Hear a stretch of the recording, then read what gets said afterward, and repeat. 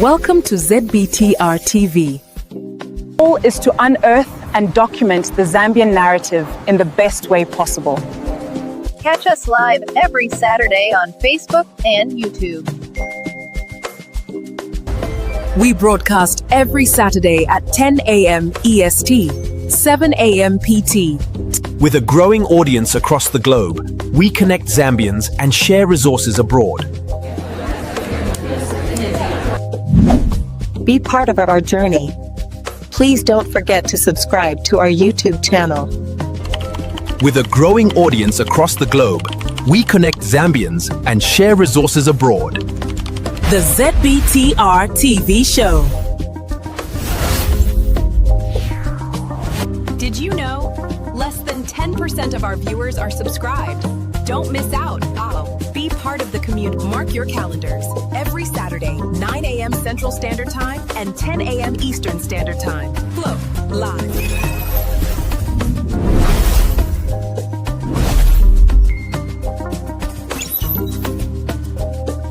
Welcome to the show. Hello, everybody. Sorry for a late start. It's one of those little things that happens. Welcome. It's Saturday, June 20th. I hope you are enjoying the World Cup games. We have watched quite a bunch out here, and we are enjoying. And it's election fever, 55 days from today to August 13th. So we want to keep that momentum. We want to keep you engaged. We want to keep you informed. We want to keep you understanding what the candidates and what they believe and where they stand. Welcome to ZBTR TV, and tell a friend that we are live. Now, you have noticed one thing, that we have embarked on a unique journey where we are engaging our potential future leaders, because I believe that city leadership is key to the welfare of the citizens. And in as much as the presidential candidate and whoever occupies State House is key and it's crucial, for me, city leadership is at the core of everything. So we are continuing with our series of engaging our candidates for Lusaka mayor. And this Lusaka is important because it's the gateway to the city. And everybody who goes into Zambia goes through Lusaka or Ndola, where there's the other. All right. My guest today, I love this gentleman. I need to confess in advance. I love this gentleman because they call him the Kawata legend. Hi, Gabriel. Mr. Gabriel Isaac Kibombwe is my guest today. Let me read his bio for formal introductions so that you understand where he's coming from and you can determine for yourself whether he qualifies for this job or he doesn't. All right. Gabriel is a distinguished Zambian leader with 23 years of senior executive leadership in global public health and a lifelong loyal political career, rising steadily through the ranks of the Patriotic Front PF to the National Executive Committee, which is a member of the Central Committee. These are the people who make decisions, okay? A proven project manager of multi-million-dollar funded project, CDC $24 million US, 36 million, USAID 140 million, with executive international technical leadership across Zambia, Malawi, Nigeria, and Zimbabwe. A principal lawyer and unifying party steward with an experienced record of grassroots mobilization. It sounds like Obama there. Coalition building and campaign delivery. He combines public health and clinical expertise, finance and program management, governance acumen, strategic research, and community leadership to deliver impact at national, regional, and global levels. Gabriel, welcome to the show. It's been a long time. How are you, sir? Thank you very much, Pastor Nathan. I am very excited to be on this show. I know previously, back in the years, you had wanted to interview me on public health matters. It didn't happen. But I'm glad to be here today. Yeah, it's good to have you here. And by the way, out here, I believe, I don't know whether it's all over the world, it's Father's Day. So happy Father's Day to you, my friend. Oh, yes. It's Father's Day. Gabriel, we have 55 days. Initially, you were preparing to stand or contest as a member of parliament for Kabwata constituency. Like I said in my opening remarks, you are considered a Kabwata legend. What switched to for you to go the direction of a candidate for mayor of Lusaka? Yeah, well, thank you very much for this opportunity and the platform, and also for reminding me of where I'm coming from. I've wanted to contest as a member of parliament for Kabwata constituency, and my first time that I expressed interest was in 2016. And at the time I was vying for it. Honorable Gabriel Luvinda was the sitting member of parliament at the time. Yes. And I was the second, let me just say, front runner to that contest that we had. But then in 2018, may his soul rest in peace, we lost our first executive mayor, Mr. Wusamba, and so a by-election ensued at the moment. And I was encouraged by the party. They looked at my CV, looked at my profile, and that time we were really grappling with the problem of cholera and the problem of sanitation. So they told me, you know what, we've looked at your profile. We're looking for a mayor. You are a clinician, trained with a diploma in clinical medicine, and you've done the development studies at the time. And my highest qualification then was a master's in public health. And said, you fit the bill. Why don't you float yourself? So I did apply. But as you may know, sometimes politics goes beyond the credentials that you bring. So at the end of the day, I think there was a reconciliation between Honorable Mao Sampa and the party at the time, and Honorable Mao Sampa was then adopted as a candidate. Okay. So I continued with my aspirations for representing Kabwata, but of course, Kabwata being only a constituency in Lusaka.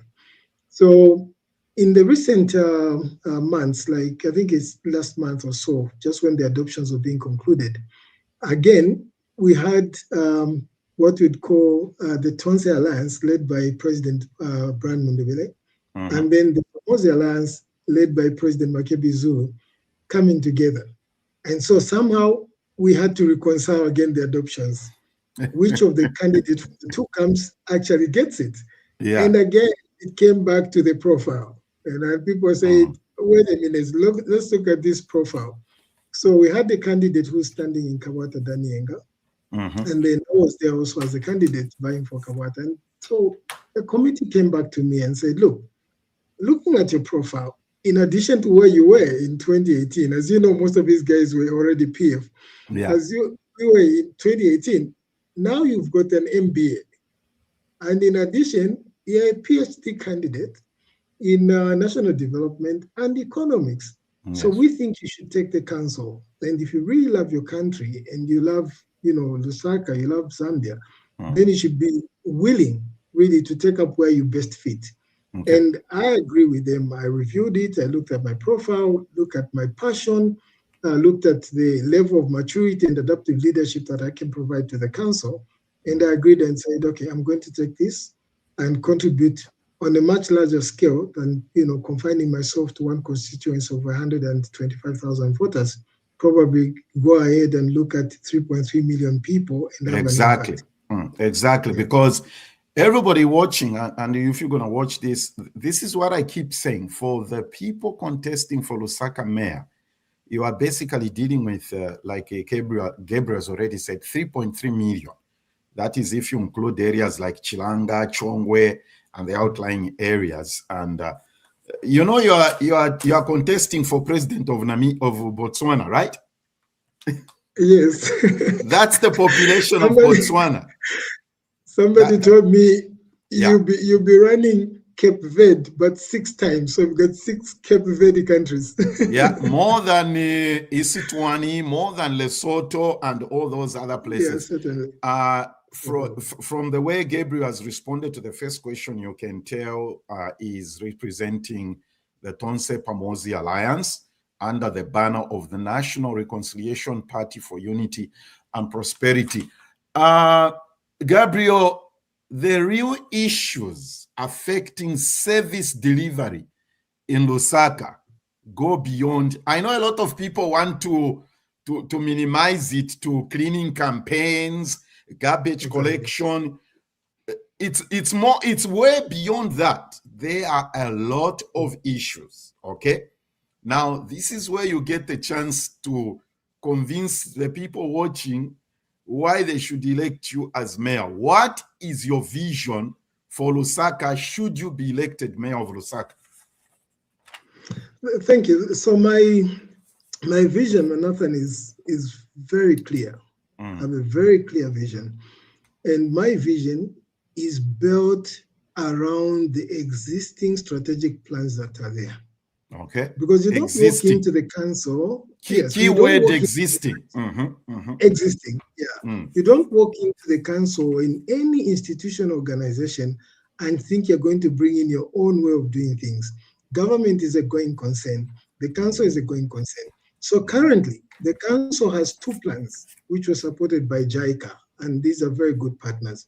So JICA developed a plan called the IDP. It's the Lusaka Integrated Development Plan. It runs 2025 to 2035. It's a 10-year plan. This addresses the more immediate needs that Lusaka has. And then beyond that, you also have what is called the Greater Lusaka Plan. So this Greater Regional Lusaka Plan is this the same thing as the Grand Master Plan? When they combine them together, they become the Grand Master. So there are literally two different plans. So you've got a plan that is almost like immediate plan, which is a 10-year plan. And it focuses only on Lusaka itself, the Lusaka proper, which has a population of about 2.4 million. Yes. Then the second plan is the Greater Lusaka Plan that runs up to 2045. And this plan covers cities like Chongwe, Kafue, and Chilanga, and it brings in all these Kibombwe. That is the one that goes up to 2045. So to bring it home, I would say that my plan, my vision considers a Lusaka that is modern, a modern Lusaka that is digitally financed and providing quality services with fidelity. That's my plan. And to deal with specific issues, I must understand and appreciate the root causes of a problem. Like you've said, we are reducing the issue of Lusaka to only cleaning. Cleanliness and sanitation, but that's not the point. All those are just babies of the root cause. And the root cause is that we have an old-fashioned planned Lusaka that needs to be modernized into an urban Lusaka. Second, we are suffering consequences of population explosion in Lusaka. So to deal with those, my vision is that we should start by modernizing Lusaka. And how do we do this? In the long-term plan, we should be looking at developing what I call constituency-level CBDs. We must move away from the idea that town is town. You know, the traditional town, the Cairo Road, Freedom Road.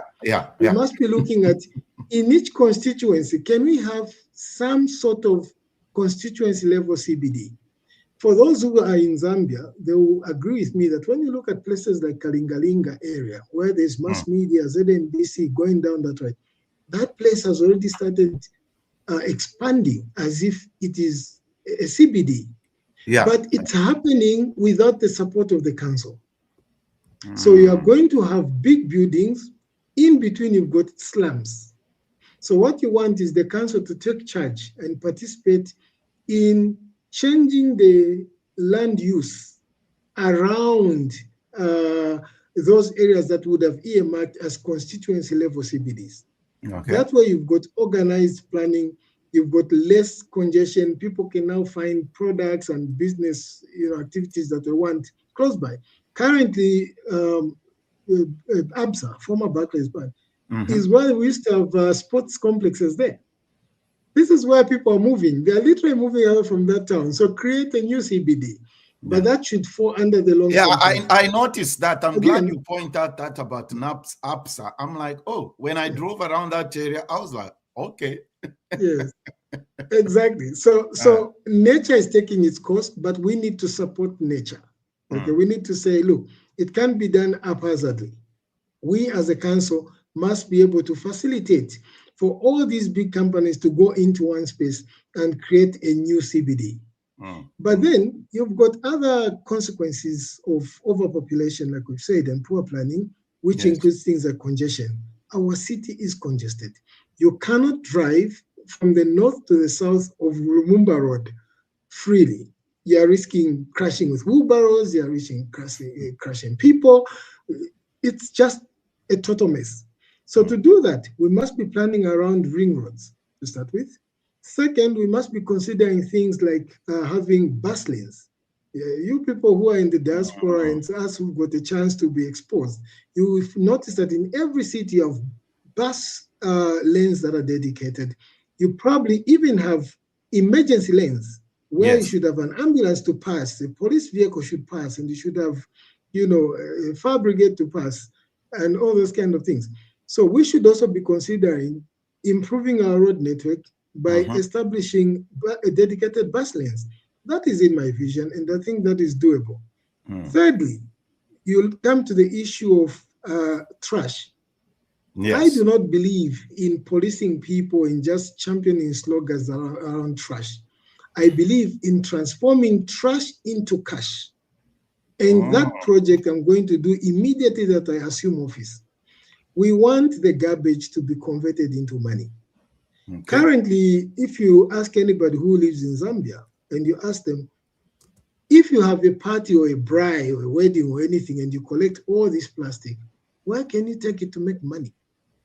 98% of the Zambians will tell you they don't know. They don't know where the recycling plant is. They don't know where the collection center is for trash. So what I'm trying to do is to open what I call garbage kiosk. So these are going to be like kiosks or trash collection centers in the places where the majority of the trash is generated. Places like City Market, places like Kulima Tower, places like Intercity and the markets.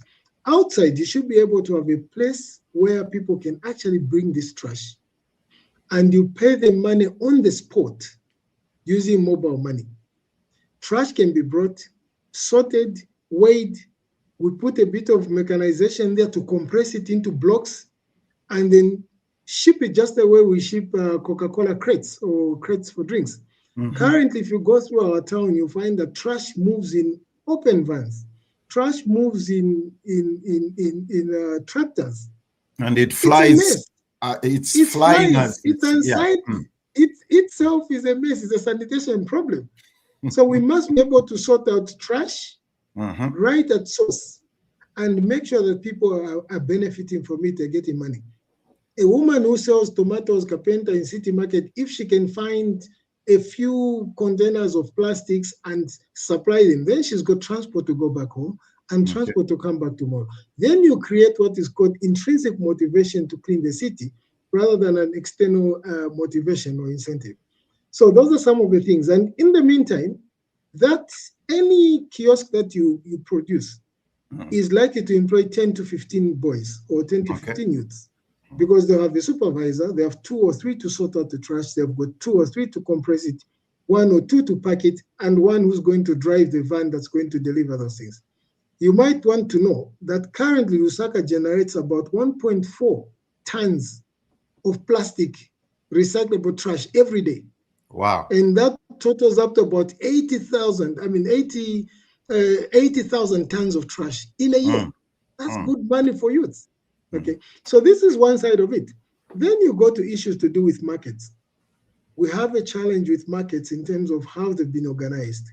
Our markets currently, you find vegetables and tomatoes are next to shoes, and shoes are next to Saraula. Saraula is next to phones. It's a total mess. And because of that, because the markets are not well structured, you have a challenge now with marketeers competing for what you'd call prime slots. Because the person who's near the gate selling tomatoes has an advantage over the one that is at the back selling tomatoes. Yeah. So this now begins to push the marketeers out of the market until you end up with street vendors. So what you want to do is to reorganize the market so they've got proper sections. And then for those who are going to vend outside, we cannot run away from vending. There will be vending, but we must manage it. And you manage it by engaging them, making sure that you co-create solutions with the vendors themselves and the marketeers. One of my proposals, if it works, is to pilot what I call vending days and vending hours. Either we agree with the vendors that they're only going to vend in the afternoon, or they are going to vend on particular days, just like we've got what we call Tuesday market and Friday market and Saturday market. Yes. We can give vendors days. You're going to trade on Tuesday, you're going to trade on Thursday, and you're going to trade on Saturday. And to support that, you want to give them dedicated sections in the streets, away from the market. You can't create vending days and put them next to City Market on Lumumba Road. Then you're not solving a problem. You want to create vending days and move those vendors away from City Market, somewhere maybe, let's say, in Freedom Way or Chachacha Road, where you've got those delivery alleys. We have those delivery alleys. And because Zambia is now a 24-hour economy, we can negotiate the market with the shop owners to do deliveries at night, so that during the day, those alleys can be used for the vending. Okay. And me, who has done my school in China, and I've spent at least more than a year in Beijing, I will tell you that they're actually what they call portable shops. They're foldable. You actually fold the stand. You lift it, you fold it, it's smart, it's a stand. You sell your stuff, you fold it again and take your stuff and go and put it in storage facilities. So all these things are feasible and they're doable. We do have issues of dignity within the city, and before I talk about dignity, let me just tie that to security. So as you do deliveries at night, it means that you need lighting, you need cameras around those alleys, so we improve security as well.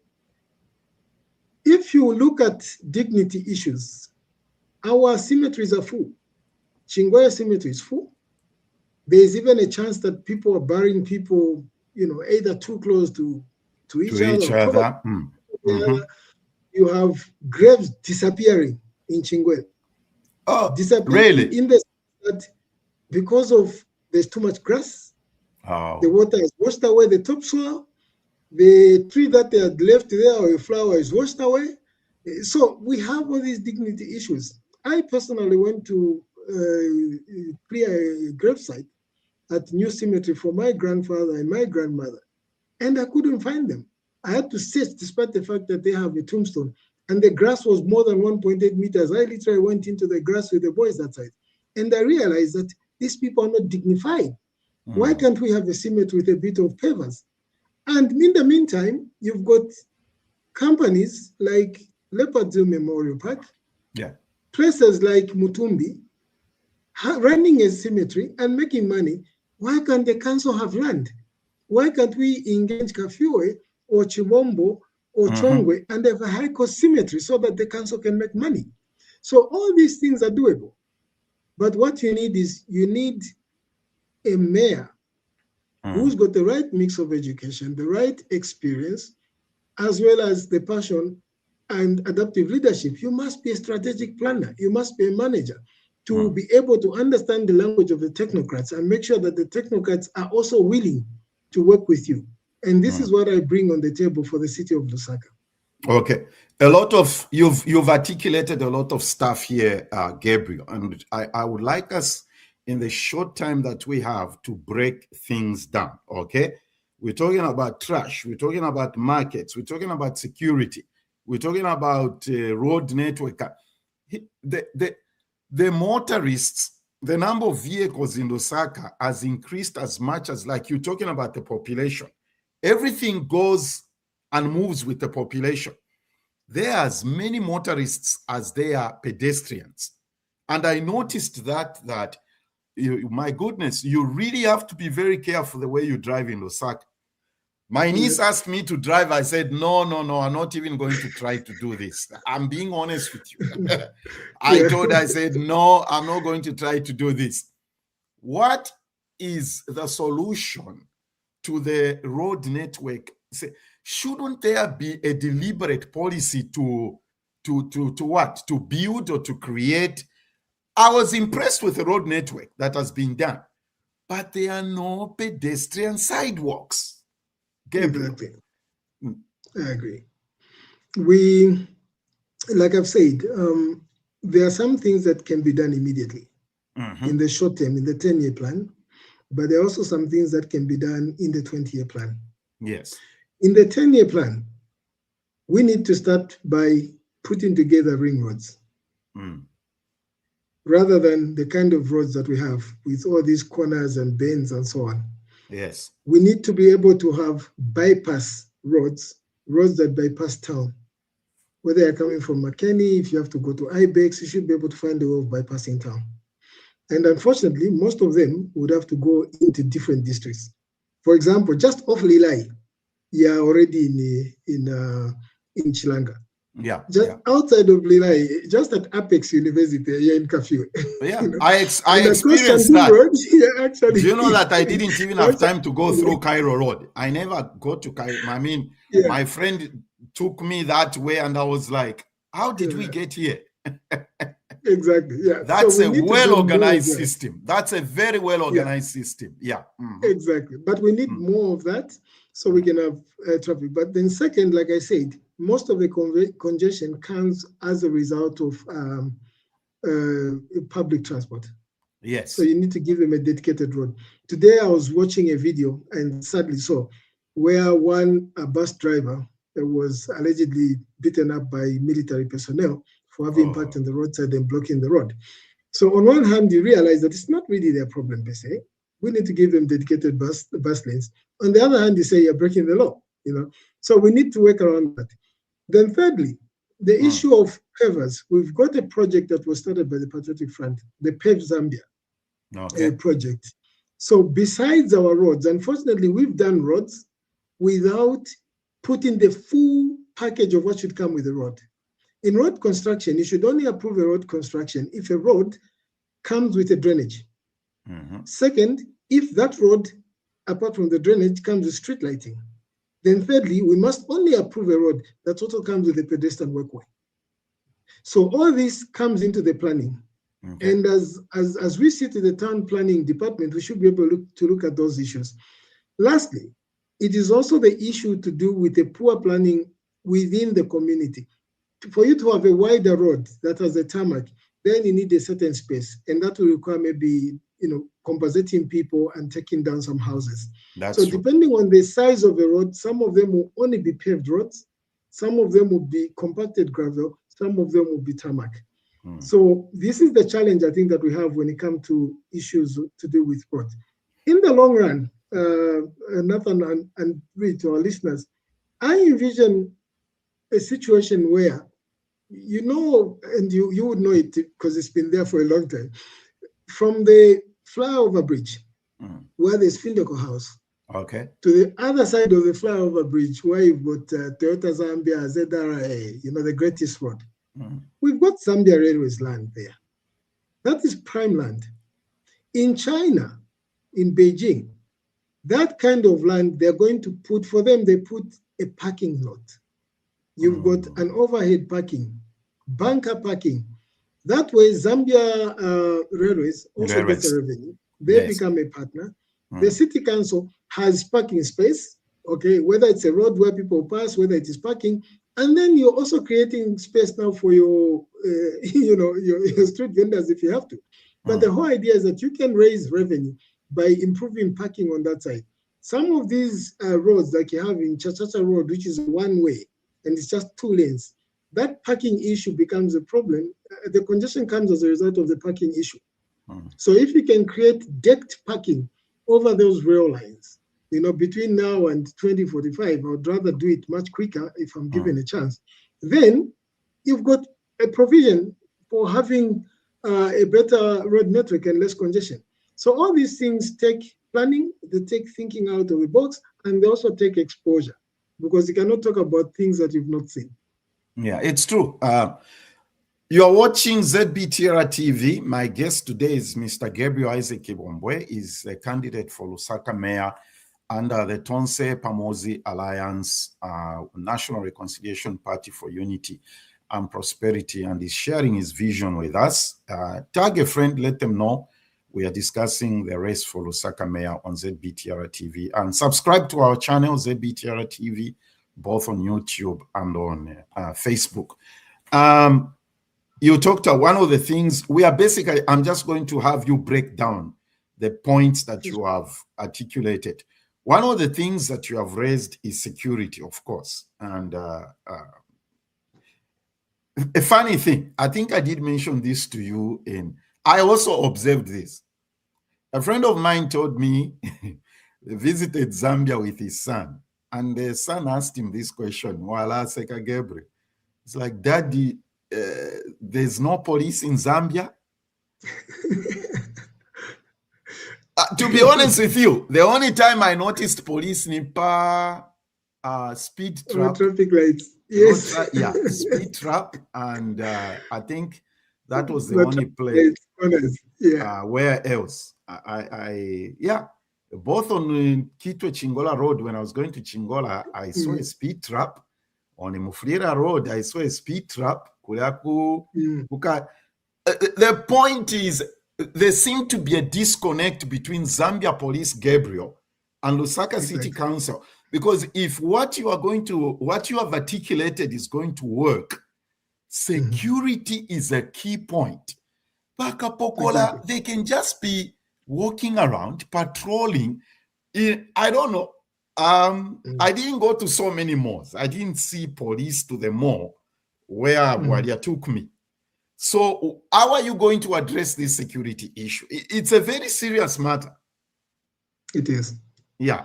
We were having a discussion with friends of mine on how countries have developed. I had the privilege of spending time in Brisbane in Australia, and also, like I keep saying, Beijing, because China is a standard in a way. Yes. If you have to look at how a country moves from poverty to development. Security, I said it, that for anybody that studies economics or national development and does not put security as a prerequisite, then they are doomed.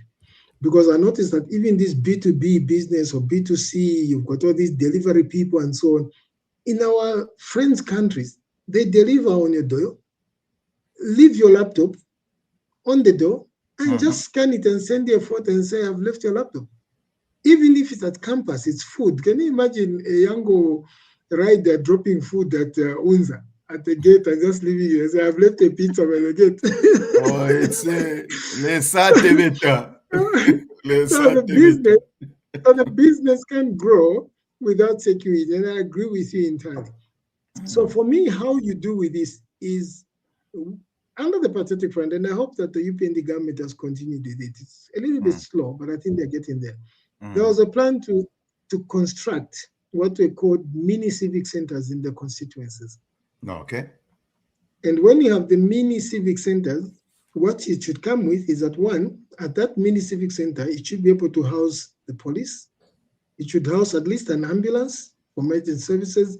It should house a fire tender, and these breakdown vehicles, the towing trucks. At least that should be there. And with the devolution plan and the decentralization plan, even the clinical services now, and most people might not know, primary healthcare services, that means clinics apart from hospitals, they are actually no longer under the Ministry of Health. No, they are now under the council. Oh. They are now under the council. Interesting. Okay, so that's why I say, well, I'm actually glad I studied clinical medicine. Then I'm able to understand that I can sit with the district director of health and discuss these matters.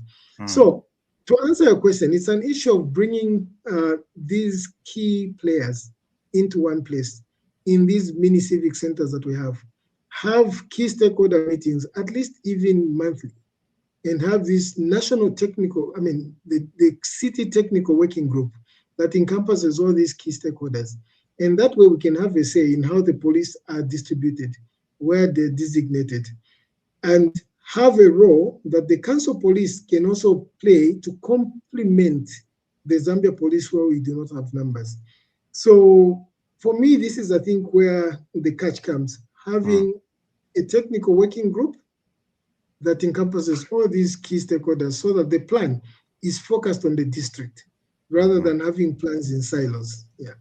Okay. And the district commissioner also play a key role. And that's why the council should be less political, but more focused on local governance issues.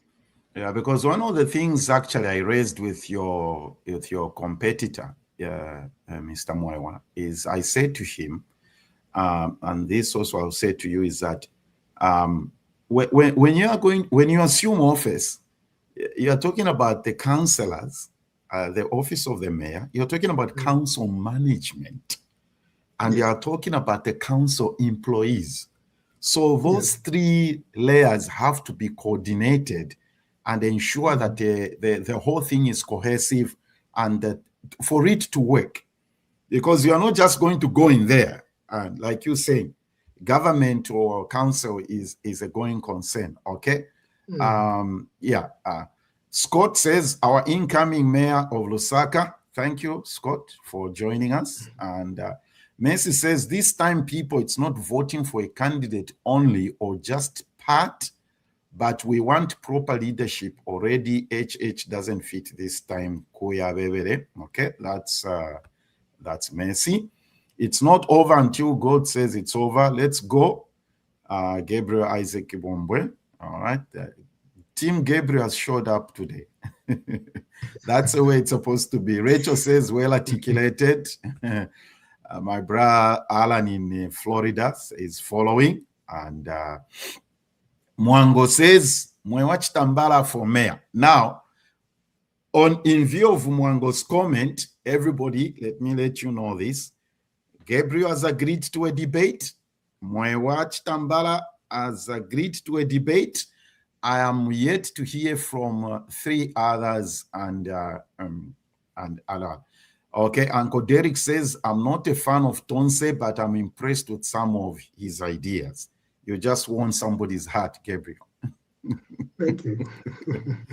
All right, let's continue with this concern. One of the big issues in our nation, it doesn't matter whether you're talking about Lusaka, Kitwendola, Livingstone, or whatever, markets, Gabriel. Markets. The reason that's a big deal is due to our economic situation. The formal sector of employment can't consume so many people. Okay. I look at it this way. Apart from the government being the largest employer, the other sector where we have a lot of citizens participating economically are the markets. True. What are you going to do with the markets? So with the markets, like I've said, one is that they need reorganization. So you reorganize them in a way that they become attractive for those who are in the market to stay in the market. If you've got a market where one is selling tomatoes by the entrance and the other one is selling tomatoes right at the center of the market, then you can't have that attraction for the one who's inside. Alternatively, they'll send their son to go on the street whilst they remain in the market. So you've got a vendor who's actually a marketeer. So we need to make markets attractive. That's number one. Number two, if I were part of the planners, I would never have put a big market like Soweto in town, city center, because then you're asking everybody to converge in town. The big markets should actually be outside of town. They should be where the population is. The big market should be in George Compound. Where the people live. Where they live. And by so doing, you're having an economic impact. Some people may not realize, because the wholesale product is now going to be delivered closer to the people. Then the transport cost that comes to the product when you go to Soweto to bring it to Chilenje to take it to Bowlen is cut off. So if it were up to me, I would really promote that fresh product, especially like mangoes and vegetables, tomatoes, cabbages, those which when they rot, you start having flies here and there. I would really recommend that those that delivered straight to the markets that are in the compounds. So I must be in a position to lobby with government to make sure that all these big constituencies have a bigger market. So that the idea of everybody converging in Soweto comes to an end. And then probably that space could be used for other things, better. Markets, yes, but selling probably dry products and other products. And it's a market where you can walk in and you say, I went to a market. You go to a place like Addis Ababa, you find this huge market called Mercato. It's a market, but you hardly know it's a market because it doesn't sell fresh fish, it doesn't sell mangoes, because all those kind of food stuff. It's a type of market that only deals with certain products. All you do is just don't sell. Yeah. Yes, you don't sell like perishables. There are these things which, when it rains, they give you issues. They like to cause cholera. They bring matika and so on, those kind of things. So you want certain products to go straight to the communities. So this is, I think, an issue that I would be advocating for. Then I would advocate to empower them. If you fund the marketeers yourselves, then you can have control of where they trade, how they trade, when they trade, and what they trade into. So how do you find marketeers? You can fund them in many ways. We have the CEC, that's the Citizen Economic Empowerment Commission. That is meant to fund SME level. But you also have CDF, which is a Constituency Development Fund, and that runs through the council, working together with their members of parliament. If they are properly organized and you don't give this to party affiliates, you give it to those that are needy through their market committees, because every market has got what is called a MAC. So we've got a market committee. So if you use the market committees and then you're able to fund, then it's possible for you to support marketeers. For me, these are some of the things that I think we need to do in order to make sure that marketeers are empowered. Number two, that we decongest Soweto from being the sole market where you find the cheapest things, make sure that the bigger markets are in the compound, then everybody has got space. And we must not shy away from going upwards. We must be able to build markets that go upwards. Why should we always think that the market needs to be at ground level? You can have ground level as parking. The council can raise money. You can use it for other things, but have markets on top. So all these things, I think, can be done, whether they're done as a council alone or whether they're done through public-private partnerships. It's a detail that we can discuss with the planners. But we must have the concept in mind of what we want to do with the markets.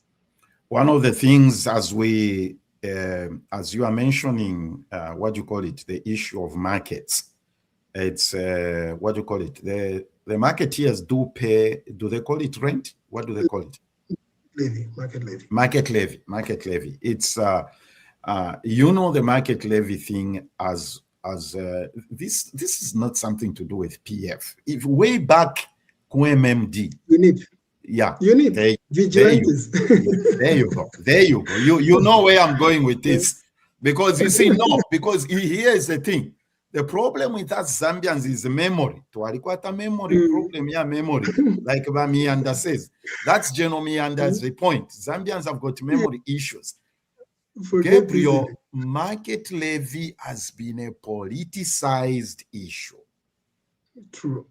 Do we have it under control? How should this be handled? Because you see, apart from other levies, apart from the market levy, as far as I'm concerned, Lusaka City Council is a multi-billion enterprise. Yes, it is. I mean, we can talk about other, other land levies. Yes, land rates and all those things. That aspect of the city council seems to be not in the way it is. How do we stop the infiltration of the markets by the party cadres? It needs to stop. I don't know what the situation is right now. I mean, I don't know. Do we still have the same situation? I hate to drag you in this direction of the conversation. You do. But I hate to do that. Yeah. Okay, let's deal with the levy situation. I don't know how you're going to answer this question. So we have this challenge that has really been there since time immemorial, and it needs a change. Yeah, it needs to change, and for you to change it, changes. I always say that change is the only thing that is constant, but the most resisted, unfortunately. So you need to be a change manager for you to succeed. And I believe that I'm a trained change manager. I would not do it myself, but at least apply some of these principles to get the result. Change must be managed in phases. You screw a bit of the nut. When you reach the pain point, you hold on to that pain point. People get used to that. You screw it a little, you tighten it a little bit until eventually you get the optimal change that you wanted. For this, in Lusaka, for the council to collect that money, the easiest thing to do is to go digital. Okay. But the digital collection itself is going to be resisted. Of course. So do you want to go digital on everything, or you start with some of them? So for instance, you've got Intercity as a bus station, which I hear, I don't know how true it is, I hear it collects about 3 million kwacha, or it generates about 3 million kwacha a month. You want to go digital with it, use technology, be innovative, develop discs that you can put on the buses. When they come in, they are scanned automatically at entry, or when they're going out, and the bill is sent to the company. So you can collect the weekly bill, or you can collect the monthly, whichever it is, because these are established companies, big companies, whether it is Majando, UBZ, Power Tools, they will pay you. Okay. So you start from one end, and then you begin to collect. If you go to the market, the alternative is to combine the market levy with their licensing of some kind. And you say you're going to pay your annual license together with all these levies at this rate, and you even discount them. Because what you're discounting is literally what the cadres are collecting. So it doesn't really change what the council is likely to get. You're probably going to get more than you've been getting. So we have to find ways to co-create these solutions, because even the marketeers themselves, I can assure you, they're not happy that they're paying to somebody's pocket. I know. They'd rather pay to the council. Yes. Okay. So if we engage them and we co-create the solutions, we design the solutions with them, then the better. Thirdly, we must not shy away that there will always be partisan politics, not only in markets, even in institutions. But the way to deal with it is to bring in people that are qualified. Let them compete for their positions and let them be competent at their job. If being a party member should just be, I don't know how I could put it, should be just a minor advantage that you get. It's like being a former employee of an organization. And people say, we know your attributes and we know you can do this job. So even if you're competing with this new guy with new ideas, maybe you've got a +1, mark in this interview. That is what it should be like. So let us have people that are qualified. Here I am. I'm a party cadre. I'm vying for the office of mayor, not on the basis of being a party member, but I'm vying it on the basis that I've got the capacity. I'm a capable person to run the council. And this is what we want to have, whether it is in markets, whether it is in budgets. So at the end of the day, in summary, I'm saying what we need is to digitalize the revenue collection, number one, to expand revenue collection beyond what we're currently collecting. And this you can do by formalizing some of these stands and so on. We've got, you see, as a council, the council itself cannot collect levy where it declares illegal. So you've got outside markets, you've got booths for Airtel, MTN, Celsi. They're operating, but the council is not collecting because it's saying this land is illegal. So we need to work as a council to legalize that land by structuring it properly so the council can collect the levy. So there's no way the council is going to stop the cadres from collecting there. There is a great question. It's a great question here from Alan. I want you to address this. Okay, where is it? Come on. He says, great ideas, but how do you get around the politicians? Because we know we will not sit back and let sanity come to our markets. So I agree with Alan.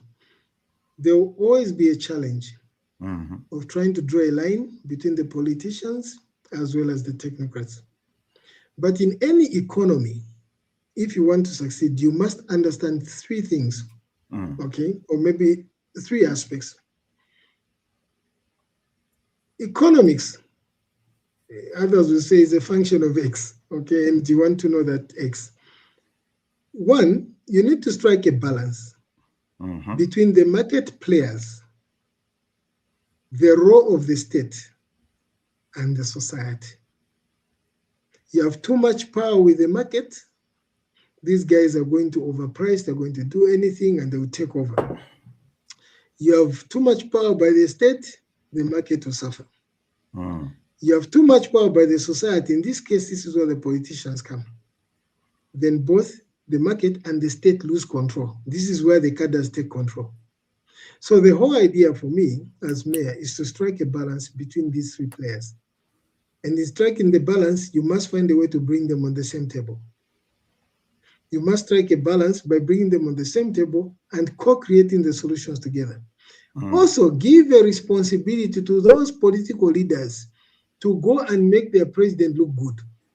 Where we're coming from, governments were staying longer, 27 years, UNIP, then we went to 20 years, MMD, then we went to 10 years. The Patriotic Front, in my view, worked very well in terms of infrastructure development. They did all that they could do. But just one thing was a major issue, the issue of cadreism. I don't know to what extent it adds, but my own analysis is that no matter how much good we could have done, it killed us. The same thing will happen with the UPND. Let's assume that the UPND will not last 10 years. Let's assume we're going out this particular year. Election. In this election. This will be vindictive of the fact that the UPND leadership themselves have failed to make their president look good. It is our job as politicians to make our president look good. So if the president pronounces the fact that I don't want cadreism, but we still see cadreism, it tells us two things. Either the president is captured or is weak, or is just being rhetorical. So my hope is that from the assurances that President Brian Munduwila has given us in terms of change in behavior and rebranding, I guarantee you that I will have the right support to make sure that we deliver without political interference. I was coming with him from church in, I think that's Matero, Lilanda Matero. We passed the traffic lights around Mandayu Footbridge, coming from Machinchi Road, going into... Do they work? You know, they do, at least they do. The time I passed, at least they were working. So, you know, we have these cadres sometimes who want to create security. You know the way they do it even when it's a funeral. You block this side, you block this side. And then, you know, we passed. We got to the secretariat, and I was so impressed to hear President Munduwila saying, if I have to stop and wait for traffic, let me stop and wait for traffic. I heard him. Myself, I heard him. And I was saying, we have a president who knows what he's talking about and what he wants. So if he can do that around just cadres clearing way, and he tells me, I'll give you the support so you can have it the correct way in the markets, then I have no doubt that we're not going to see a repeat of what we saw, you know, when we were in the Patriotic Front. We have rebranded, even our name has changed, the leadership has changed. I think we should have some hope and faith that we're going to have a lot more kind of behavior and approach to things than we had in the past. Okay. One of the big issues about the nation as a whole, Lusaka, all the major cities as a whole, is the water crisis. And why should there be a water problem when the Millennium Challenge Corporation, I think this was initiated by former President George Bush, 332 million compact design to transform Zambia's water sector through infrastructure. I understand, Gabriel, you probably have better information than I do over this. Pipes were laid, there are pipes that were laid under the city, Lusaka proper. There are water pipes that were laid under the Millennium Challenge.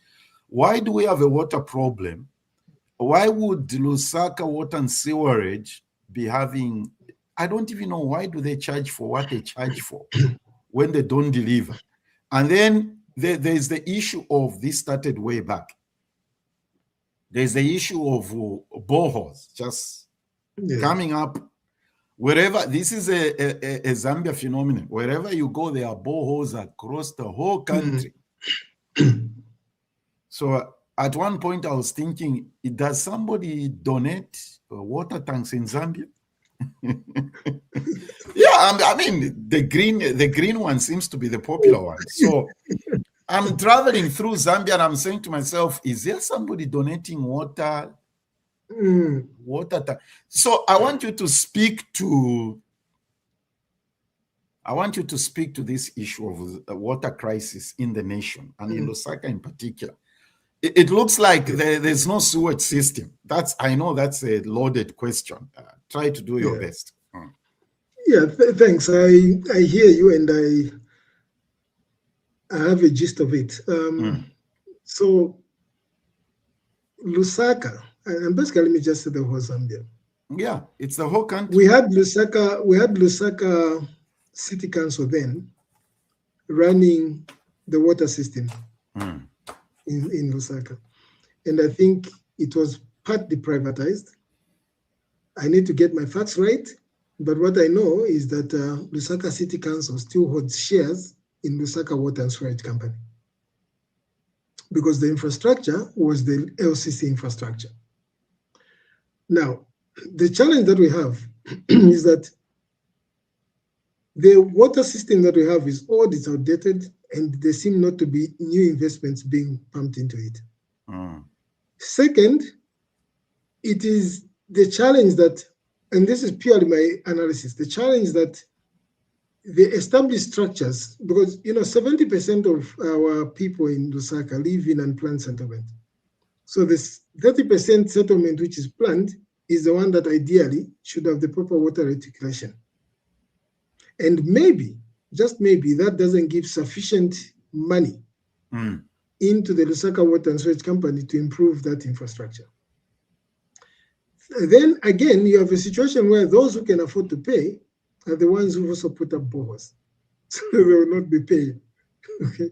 Is the borehole thing regulated by the council? Just interesting. No, it's regulated by a different agency called WAMA. What is WAMA? Never heard of it. Water and Resource Management Agency, something like that. Okay. It's WAMA. Those watching, please help us. What is WAMA? Yeah, it's WAMA. I've forgotten the medium, but it's water and Resource Management Agency, but it's WAMA in a WAMA. So those are the ones that regulate these boreholes. I don't know how good the job that they do is, because sometimes you see a borehole right less than even 20 meters from the neighbor's house or the neighbor's septic tank.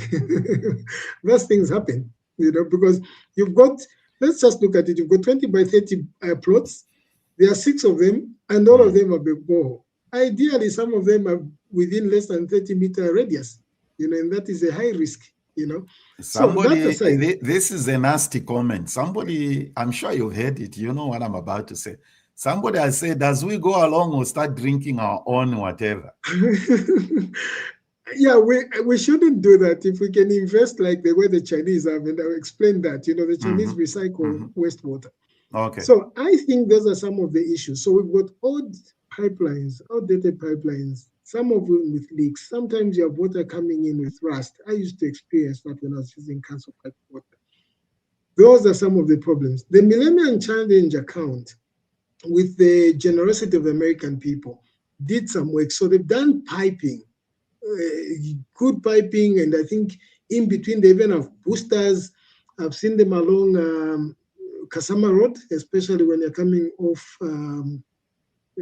Chilanga area, coming into what they call G Greens, the Lusaka Apex area, and so on. So that's a good project, and it takes water. But in the neighborhood, like where I stay, there is no piping that branches off from the main pipe into the neighborhood, because most of the people in Chalara area have already sunk their own boreholes. The other challenge that we have is we've had projects that were done by other organizations like Care International in the compounds. Those organizations put up what they call water kiosks. But the water kiosks, according to what I'm told, which were put for the community by a donor, instead of them being handed over to the community to manage them and sustain them, they were also handed over to the council, to the Lusaka Water and Storage.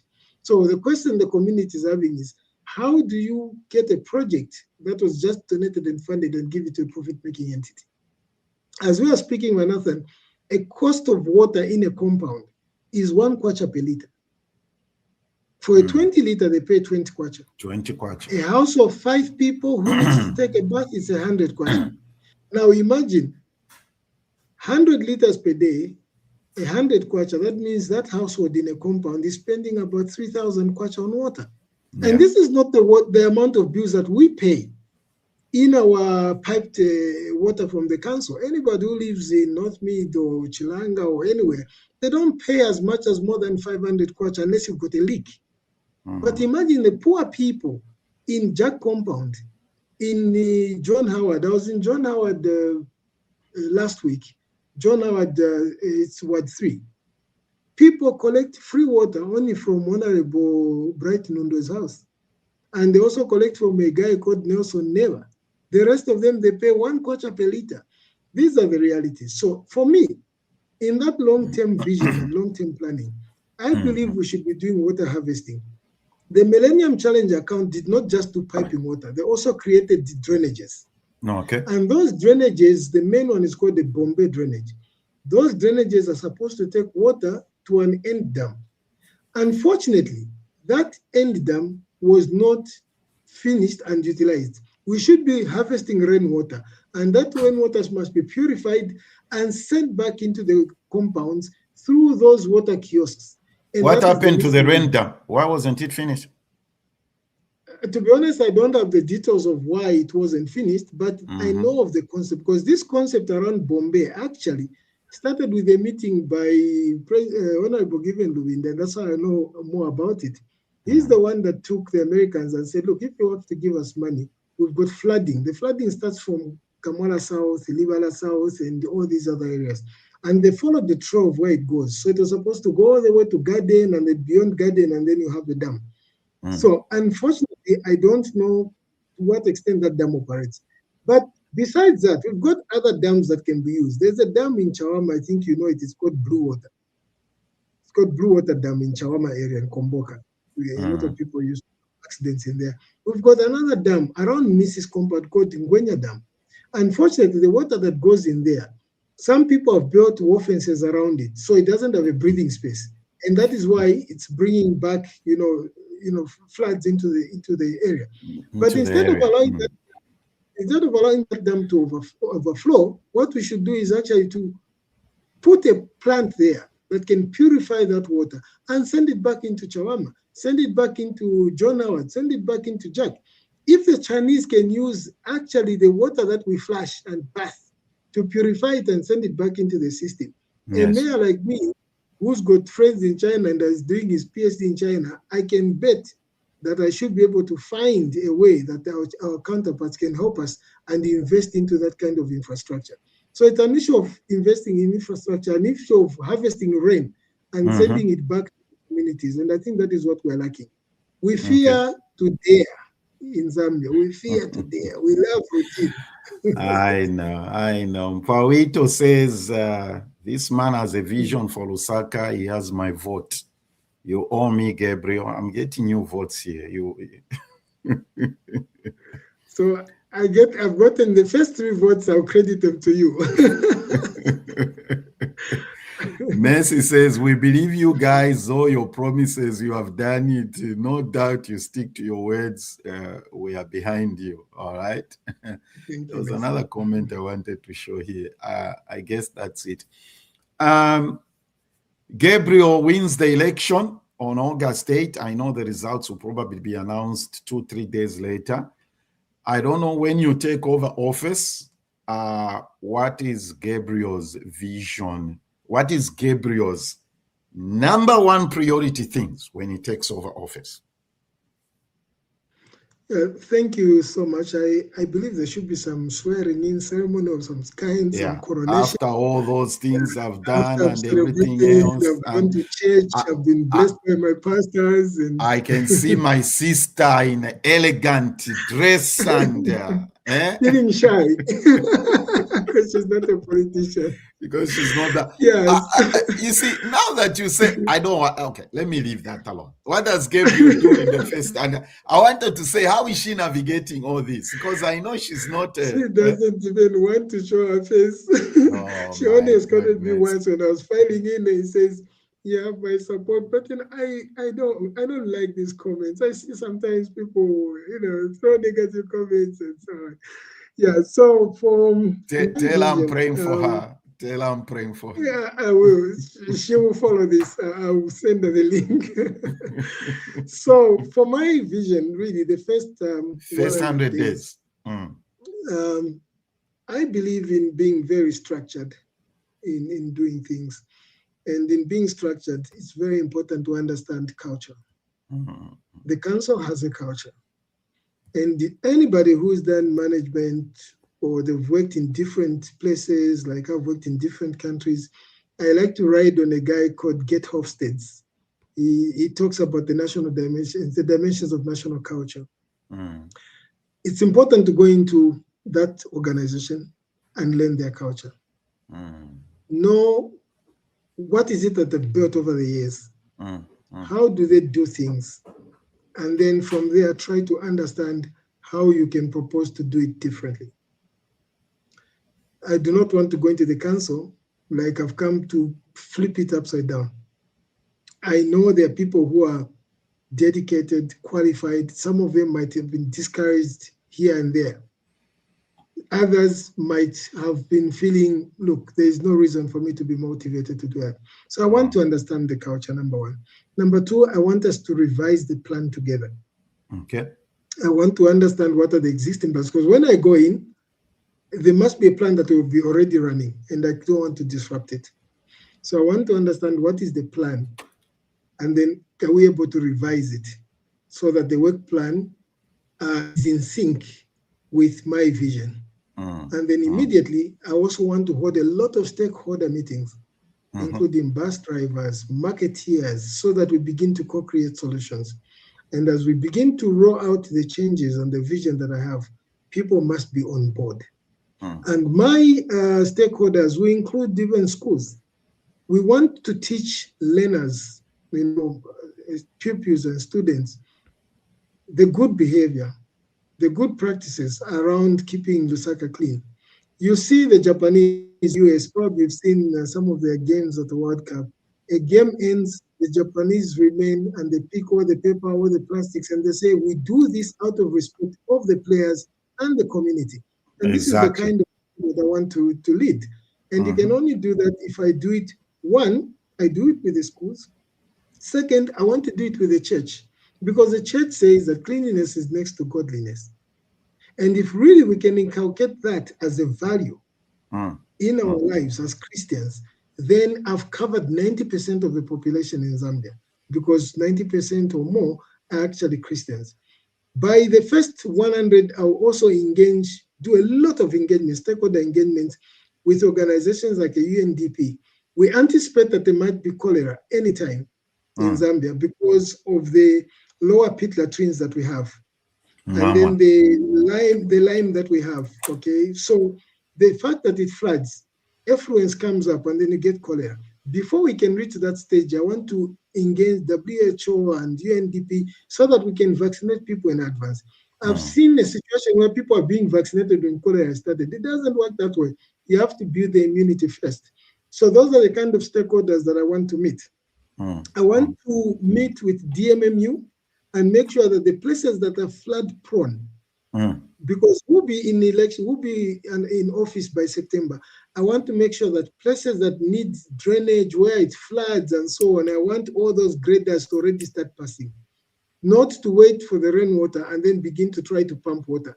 You cannot dry a floor when the tap is running. You must have a tap that is shut and then you can dry the floor. So these are some of the priority areas. Garbage is a priority, quite all right.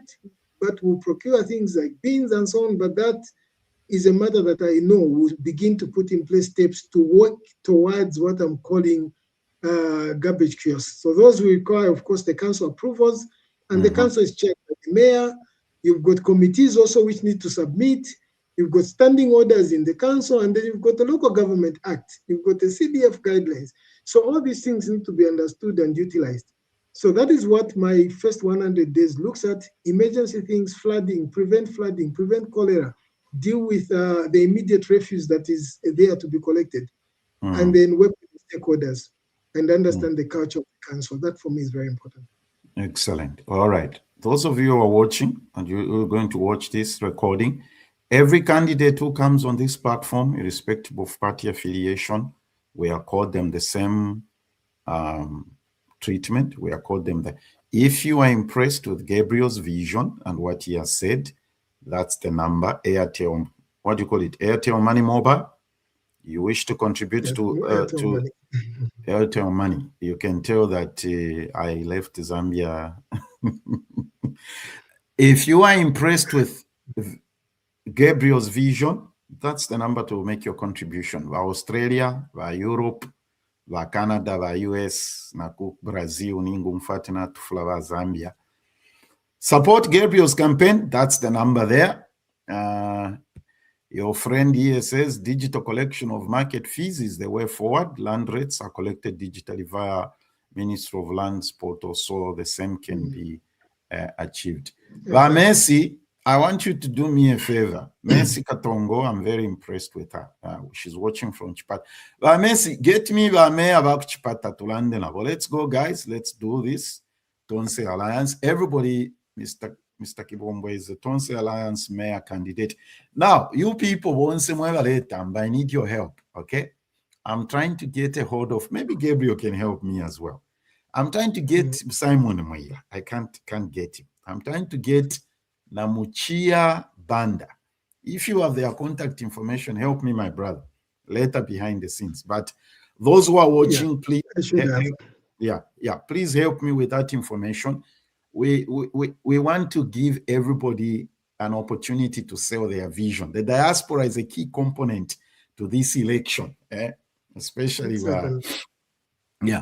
Kabwata Legend was my guest today, and I wish you the best, my brother. Thank you so much. I can assure the people of Lusaka that Lusaka is going to go towards being a modern city, one that they'll be proud to live in.